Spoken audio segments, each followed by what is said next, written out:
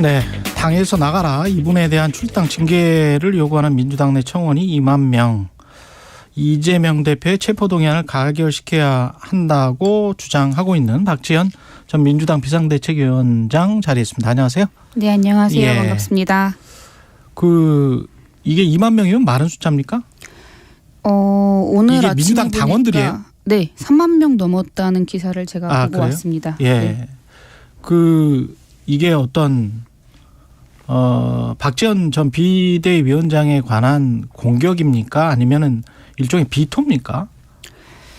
둘 다일 수 있겠는데요. 네. 이제 그분들이 생각하시기에는 이재명 대표 체포동의안 가결을 주장하는 제가 이것이 공격이다라고 생각을 하시는 것 같아요.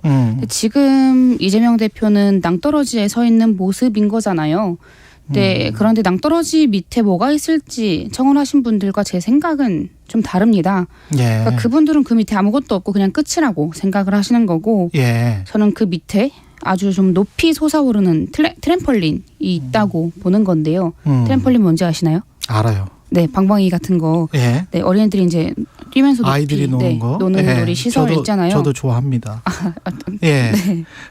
이제 그런 떨어진 것보다 더 높이 솟아오르는 건데, 그러니까 죽기를 각오하고 뛰어내리면 이재명 대표도 민주당도 한순간에 도약할 수 있다고 생각하는 겁니다. 네, 트럼플린은 밑에 이렇게 자동적으로 뛰어오를 수 있게 하는 어떤 장치가 있는 거잖아요. 일종의. 예.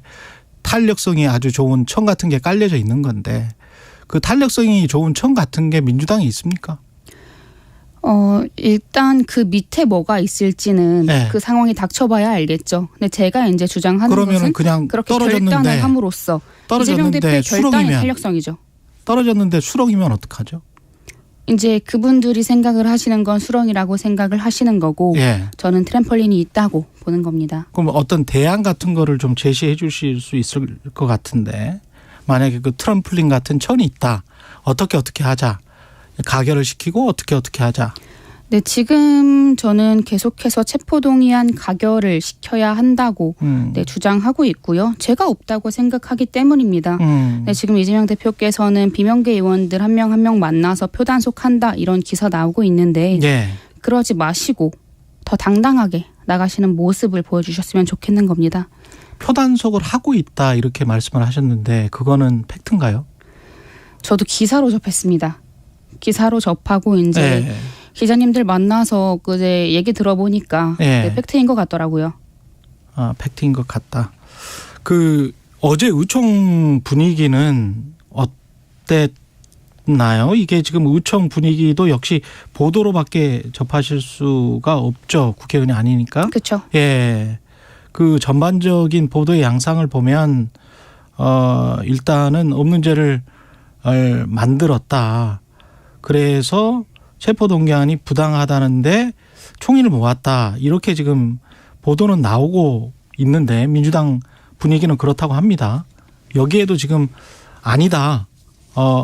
체포동의안이 부당하지 않다. 이렇게 생각을 하시는 겁니까? 제가 봤을 때는 민주당에 그렇게 생각하지 않으시는 분들, 즉 가결을 원하시는 분들도 많이 있으실 거라고 생각합니다. 다만 공천이 목전에 이제 있다 보니 혹은 그 안에서 내가 무슨 말을 한다고 한들 뭐가 바뀌겠냐 뭐 이런 생각을 가지신 분들도 있을 것 같아요. 공천 때문에 그럴 것이다. 네, 이제 뭐 그럴 경우도 있겠지만 또 그 안에서 설령 목소리가 나왔다고 한들 외부적으로는 이제 단일 대우하는 모습을 보여주기 위해서 지도부에서 이제 그런 식으로 말이 나간 게 아닌가라는 생각도 듭니다. 그러면 총선에서의 공천 때문에 그렇다면 공천권을 포기하라는 박영선 전 주장에 관해서는 어떻게 생각하세요? 대표직 여부와 상관없이 공천권을 포기하라. 그건 이재명 대표의 결단이고 또는 대표를 뽑은 당원들이 요구할 일이지 누가 내려놔라 마라 할 일은 절대 아니라고 생각을 합니다. 지금 공천권 내려놓으라고 하는 것은 사실 당대표가 어떻게 되든 말든 당권 투쟁하겠다는 얘기로 비칠 수 있다는 점을 좀 더 유의해야 한다고 생각합니다. 그렇군요. 총선은 좀 걱정되세요? 지금 상황은? 지지율과 관련해서도 그렇고. 총선 같은 경우는 사실 이제 지금처럼 방탄을 계속하면 폭망이죠. 특히 이제 수도권 같은 경우는 121석 중에 민주당이 103개를 가지고 있는데 예. 절반을 얻을 수 있을까라는 생각도 들거든요. 예. 그러니까 민주당 총선 전략의 핵심은 이재명 대표의 희생 또 이제 체포동의안 통과입니다. 그러니까 체포동의안 가결이 되면 저는 압승이라고 생각하고요. 그러니까 영장이 기각되든 혹은 구속이 되든 그 어떤 경우에도 민주당은 총선에서 압승할 수 있는 그 전략 그게 이제 이번 분기점에 왔다고 보는 것입니다. 방탄이라고 지금 규정을 하셨는데 그거는 국민의힘 규정이랑 똑같잖아요. 그러니까 그러면 그 사안들 이재명 대표가 지금 검찰로부터 혐의를 받고 있는 그 사안들에 관해서는 자세히 알고 계세요? 자세히 알고 있는 거는 이제 차치하고서라도 예. 지금 민주당의 지지율이 20%대로 내려왔지 않습니까? 그렇게 국민들께서 어떤 통계를 말씀하시는 건지. 이제 최근에 여론에서 이제 나온 여론조사를 보면은 예. 민주당이 국민의힘보다 이제 뒤졌어요. 그런 여론조사 결과를 봤을 때 최근에 나온 통계 중에서 20%대가 나온 게 네, 있습니다. 제가 지금 뭔지는 말씀을 저도 찾아봐야 알 수 있는데 예. 그랬을 때 국민들께서는 뭐가 있는 건가? 그러니까 왜 계속 저렇게 뭐가 있는 것처럼 숨기지? 라고 보시기 때문에 이 지지율이 계속해서 낮아진다고 보거든요. 그러니까 이 부분을 민주당이 좀 유념을 해야지요.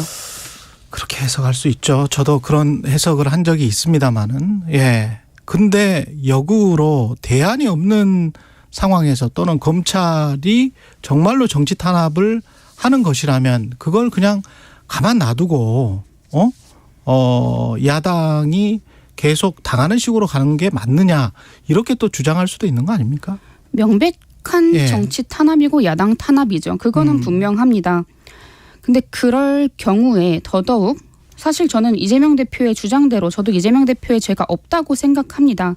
그렇기 때문에 더더욱 떳떳하게 이제 국민을 믿고 나가야 된다고 생각을 하는 거고요. 죄가 없다고 생각하니까. 네, 지난 역사를 봤을 때도 이재명 대표 외에 지난 역사를 봤을 때도 탄압당한 분들이 다 이제 대통령이 됐습니다.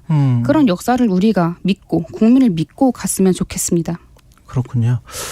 방금 말씀하신 부분들을 우리 제작진이 찾았는데 엠브레인 퍼블릭, K-스탯 리서치, 코리아 리서치, 한국 리서치가 14일부터 15일까지 실시한 전국 지표조사입니다. 네. MBS 민주당 26%, 국민의힘 39% 나왔고요. 자세한 내용은 중앙선관위 여론조사 심의위 홈페이지를 참조하시면 됩니다. 이거를 말을 안 해주면 제가 좀 방송 심의에 걸려서 찾아주셔서 감사합니다. 그래서 이거 여쭤본 것이고요. 특검은 어떻게 전망을 하세요? 그러니까 쌍특검 같은 경우는 그러니까 50억 받고 무죄라는 건 사실 말이 안 되잖아요. 곽상도 특검. 네. 예. 특검 요구는 그러니까 권력자에게는 꼼짝도 못하는 그런 검찰에 대한 국민의 분노입니다. 50억 클럽 특검은 통과를 해야 되고요. 예. 그러니까 김건희 여사 같은 경우는 지금처럼 수사를 안 하면 결국 특검으로 가는 수밖에 없지 않을까 싶습니다. 김건희 여사 수사는 지금 잘 안 되고 있다라고 생각하십니까? 네, 그렇습니다. 네, 그것도 역시 쌍특검으로 갈 수밖에 없다. 그러니까 지금처럼 수사를 안 할 경우에는 결국에 특검으로 가는 수밖에 없지 않겠냐. 네, 그렇게 생각합니다. 마지막으로 민주당 주장은 정치적인 탄압. 아까 방탄이라고 주장을 하셨는데 규정 자체가 좀 다른 것 같아요. 그래서 단일 대우로 맞서야 한다. 뭐 이런 이야기인데 거기에는 그 반대하시는 거고요. 네. 그러니까 단일 대우는 필요한 거고 다만 우리가 민주정당이면 다른 의견들을 내놓고 이제 여러 이제 논의를 통해서 타협을 통해서 가장 적절한 답을 찾아 나가야 되는 거잖아요. 근데 이 다른 목소리를 포용하지 못하는 민주정당의 모습에 대해서 이제 저를 포함해서 이제 몇몇 분들도 그 문제의식을 느끼고 계시더라고요. 다른 목소리를 포용하지 못하고 있다. 네, 이제 그 부분에 있어서 저는 이제 3월부터 북토크를 다니는데요. 그때 좀 청원하신 분들도 많이 오셨으면 좋겠습니다. 더 다양한 이야기들을 하면서. 책 쓰셨어요? 네. 네. 제가 책을 가져올 걸 그랬네요. 제가 이제 그분들 오시면 맨 앞자리로 배정을 해드리려고 하거든요. 네. 정말 뵙고 싶습니다. 그렇군요. 국민의힘 전당대회 말씀하셔서 국민의힘 전당대회에 국민의힘 천하람 후보를 지지했다가 응원했다가 천하람 후보가 그 응원 받고 싶지 않다. 본인 당내 투쟁과 청년 코스프레에 저를 쓰지 말아라. 실력을 증명하지 않는 젊음은 그 자체로 특권이 될 수 없다. 이렇게 오히려 비판을 당했는데 이거는 어떻게 보세요? 뭐 일단 권력을 두려워하지 않는 용기와 도전 정신에 대해서는 여전히 응원을 하고 있고요. 예. 근데 좀 재미있는 건 그분 같은 경우에는 이준석계로 이제 분류가 되는데 이준석 대표와는 다르다는 걸 열심히 보여주고 계시거든요. 예. 근데 그거를 보여줄 수 있는 가장 좋은 이제 기회를 어떻게 보면 본인께서 걷어차신 게 아닌가. 그러니까 조금 더 네, 대담하게, 담대하게 이제 넓은 아량을 보여줄 수 있는 기회를 이제 박지원과 손을 잡는 듯한 걷어찬 게 아닌가라는 아쉬움이 그걸 좀 걷어찼다? 네, 있죠. 그래서 이준석과는 좀 다르게 보일 수 있는 거를 그 기회를 놓쳤다.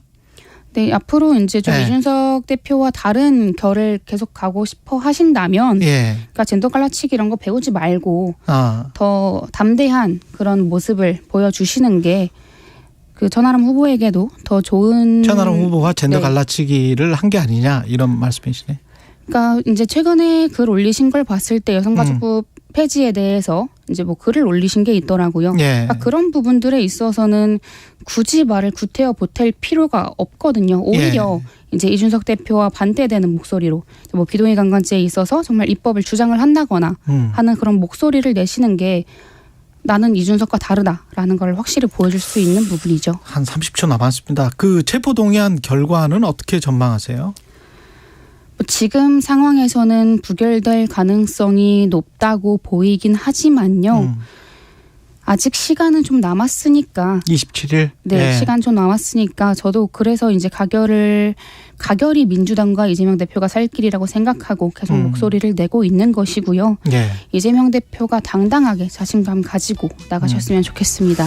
박지현 전 민주당 비상대책위원장이었습니다. 고맙습니다. 감사합니다. KBS 1라디오 최경영의 최강시사 1부는 여기까지고요. 잠시 후 2부에서는 이정식 고용노동부 장관 전화로 만나보고 한 번 더 뉴스도 준비되어 있습니다. 고맙습니다.